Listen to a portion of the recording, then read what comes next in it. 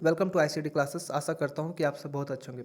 आप सभी कोई देख सकते हो, मेरे पास एक बुक है मार्गदर्शन पब्लिकेशन का, नागपुरी के लैंग्वेज को लेके। जो आपका जेएसएससी सीजीएल में जो आपका सिलेबस है, उसी को कंपाइल करके इसमें सारे सिलेबस का निचोड़ डाल दिया गया है ना, ताकि आपको अलग अलग बुक के लिए भटकना ना पड़े। बहुत ही बेहतरीन बुक है। देखते हैं, इसका रिव्यू करते हैं, क्या आपके एग्ज़ाम के लिए हेल्पफुल रह सकता है या नहीं रह सकता है। ओके, मैं पहले आपको बता दूं कि इस बुक की तरफ से मुझे कोई भी पैसे नहीं मिले प्रमोशन करने के लिए। जो भी ओपिनियन रहेगा वो मेरा खुद का ओपिनियन रहने वाला है। ओके, चलो देखते हैं। अच्छा, एक दो बुक मुझे मार्केट में और भी मिले, लेकिन मुझे ये बेटर लगा। एक दो बुक ऐसे भी मिले थे मार्केट में जिनमें कई गलतियाँ थी बुक के अंदर, है ना। कई त्रुटियाँ थी, कई जगह पे सब सही से नहीं लिखे गए थे, कई जगह पे आपके जो ऑब्जेक्टिव वाले क्वेश्चन रहते हैं उनका आंसर गलत दिया गया था। तो इन सबको ध्यान में रखते हुए मैंने इस बुक को परचेस किया था। अच्छा, ये बुक आए हुए ज़्यादा दिन भी नहीं हुआ है, मुझे जहाँ तक याद आ रहा है मैंने 22 अगस्त को इस बुक को परचेस किया था और उसी दिन ये मार्केट में आया था। इसका प्रथम संस्करण देखो 20 अगस्त को निकला है, 22 अगस्त को मार्केट में देखने को मिला था। तो काफ़ी टाइम से कैंडिडेट्स इस बुक का इंतज़ार कर रहे थे। तो चलो देखते हैं यहाँ पे सिलेबस क्या क्या आपको देखने को मिल जाता है। तो प्रकाशन तो मार्गदर्शन पब्लिकेशन का है ना, सरस्वती मार्केट, अपर बाजार, रांची। ओके, दुई शब्द यहाँ पे लिखे गए हैं। भाषा, संस्थान, उद्देश्य, उपलब्धि के बारे में बताया गया है। अच्छा, इससे पहले भी इनका बुक आ गया था, है ना, कुछ कुछ जो पिछले बार हुआ था। जो आपका पिछले बार एग्ज़ाम तो पोस्टपोन्ड हुआ था ना जेएसएससी सीजीएल का, तो जो पिछले बार जो पोस्टपोन्ड हुआ था उस समय भी इसका बुक आया था, लेकिन उस समय सिलेबस कुछ और था। इस बार आपका सिलेबस चेंज कर दिया गया, तो ऑब्वियस है कि चीज़ें बदल जाएंगी। ओके, इस बार तो आपका नागपुरी का सिलेबस काफ़ी ब्रॉड कर दिया गया ना, बड़ा कर दिया गया। पिछले बार तो बहुत ही छोटा सिलेबस था और यही सोच के काफ़ी कैंडिडेट नागपुरी का सब्जेक्ट लिए थे। और इस बार भी यही सोच के बिना सिलेबस देख के कुछ ऐसे कैंडिडेट्स हैं जिन्होंने नागपुरी को चूज़ कर लिया, क्योंकि उन्होंने सोचा कि पिछले बार जो सिलेबस था वही सिलेबस इस बार भी होगा। तो सिलेबस तो पिछले बार छोटा था, तो चलो इस बार भी चूज़ कर लेते हैं। लेकिन इस बार क्या कर दिया गया, सिलेबस को थोड़ा सा बढ़ा दिया गया है। थोड़ा क्या, बहुत ही ज़्यादा बढ़ा दिया गया है नागपुरी को लेकर बात अगर मैं करूँ तो देखते हैं बुक में क्या क्या दिया गया है। नागपुरी व्याकरण है, तो ये तो इंपॉर्टेंट है ही। व्याकरण से क्वेश्चन आपको अच्छे खासे एग्जाम में पूछे ही जाएंगे। अच्छा, इस पेपर से देखो, ये जो पेपर है ना, जो आपका डिसाइडिंग फैक्टर रहता है वो तो यही रहने वाला है। पेपर 2 और पेपर 3 रहने वाला है। जो पेपर 1 तो क्वालिफाइंग रहने वाला है, हिंदी और इंग्लिश जो रहेगा वो क्वालिफाइंग रहना है, लेकिन उसको भी इग्नोर मत करना, थोड़े बहुत चीज़ों को देखना। अब ऐसा नहीं कि बिल्कुल गए और लटक गए, क्योंकि अगर आप उसमें क्वालिफाई नहीं करोगे तो आपका पेपर 2 और पेपर 3 का मार्क्स जुटेगा ही नहीं। आपका पेपर 2 और पेपर 3 चेक ही नहीं किया जाएगा। ओके, तो उस पर भी आपको करना है, पास तो करना है। तो देखो, ये पेपर है, ये पेपर 2 और पेपर 3 आपका मेरिट बनाने वाला है ना। तो इस पर जम के आपको मेहनत करनी पड़ेगी। देखो, पेपर 3 में भी कुछ ऐसे टॉपिक्स हैं, है ना, कुछ ऐसे सेक्शन है जहाँ से क्वेश्चन छूटते हैं। छोड़ने के लिए क्वेश्चन रहते हैं, क्योंकि क्वेश्चन वहाँ से टफ पूछे जाते हैं। लेकिन ये जो एक पोर्शन है लैंग्वेज पेपर, ये आपके हाथ में होता है।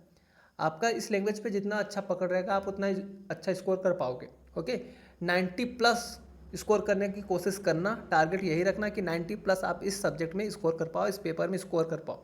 ओके, लैंग्वेज पेपर में, क्योंकि अगर आप नहीं करोगे तो अगला स्टूडेंट, दूसरा स्टूडेंट जरूर कर लेगा, है ना। सब कोई लैंग्वेज पेपर अपने हिसाब से रखता है जिसमें उसको ज़्यादा सहूलियत होती है, जिस सब्जेक्ट को वो अच्छे तरीके से समझ पाता है।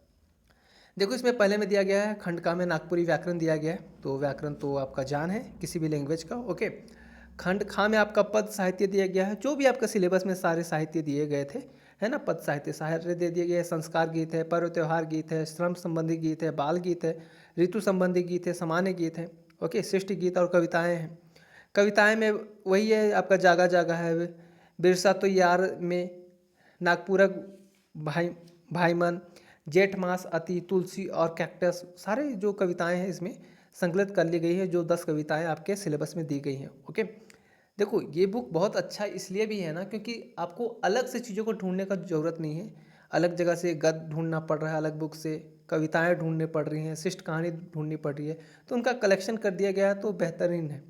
शिष्ट गीत भी आपका पूरा का पूरा दे दिया गया है। ओके, छोड़ू कपटी माया, पापी प्राण छूटे नहीं झटके, आज़ादी खातिर सावन घटा, सारे कविताओं का संकलन, जो आपका शिष्ट गीत का संकलन भी 10 शिष्ट गीत है, उनका संकलन यहाँ पर है। 10 गद्य साहित्य का संकलन यहाँ पर आपको देखने को मिल जाता है। कंगन और चूड़ी, भाग कर खेल, दुसुट भेड़ा। ओके, सारे यहाँ पे भी 10 आपके गद्य साहित्य हैं। शिष्ट कहानियाँ 8 हैं, तो उनको भी यहाँ पर दे दिया गया है। नाटक है आपका जो ठाकुर विश्वनाथ शाही का, वो भी यहाँ पर दे दिया गया है। साहित्य निबंध भी है यहाँ पर।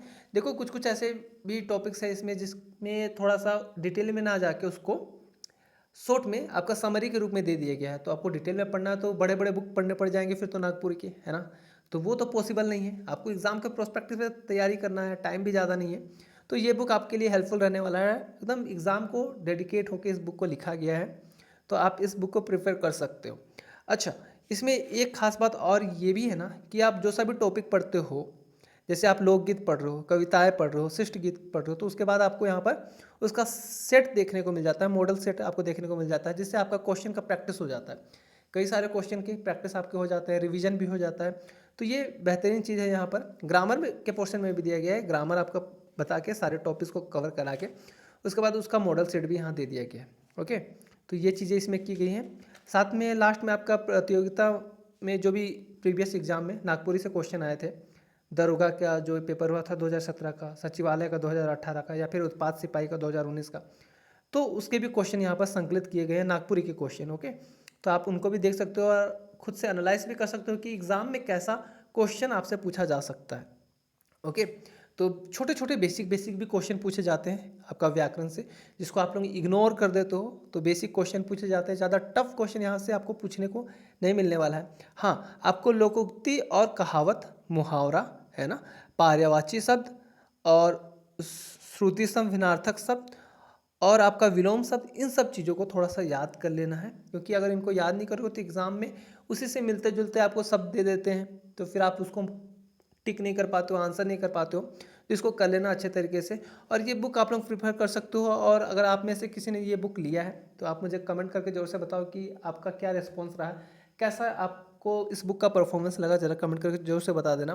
हालांकि ओवरऑल सारे जो सिलेबस है उनका संकलन किया गया है, और बहुत ही डिटेल में पढ़ना अगर आपको होता तो आपको तो सेपरेट सेपरेट बुक लेना पड़ जाएगा ना। तो ठीक है, बुक बेहतरीन है आपके एग्ज़ाम के प्रोस्पेक्टिव से, आप लोग इसको लेकर तैयारी कर सकते हो। और फिर भी कहीं पे आपको डाउट लगता है, कन्फ्यूजन लगता है, तो सा और डिटेल में चाहिए आपको, देन यूट्यूब में सर्च करके पढ़ सकते हो। कई सारे चैनल हैं जो अच्छे तरीके से चीज़ों को कवर कराए हैं। ओके, चलो मिलता हूँ किसी और वीडियो में, तब तक के लिए अलविदा लूँगा। बाय बाय एंड जय हिंद।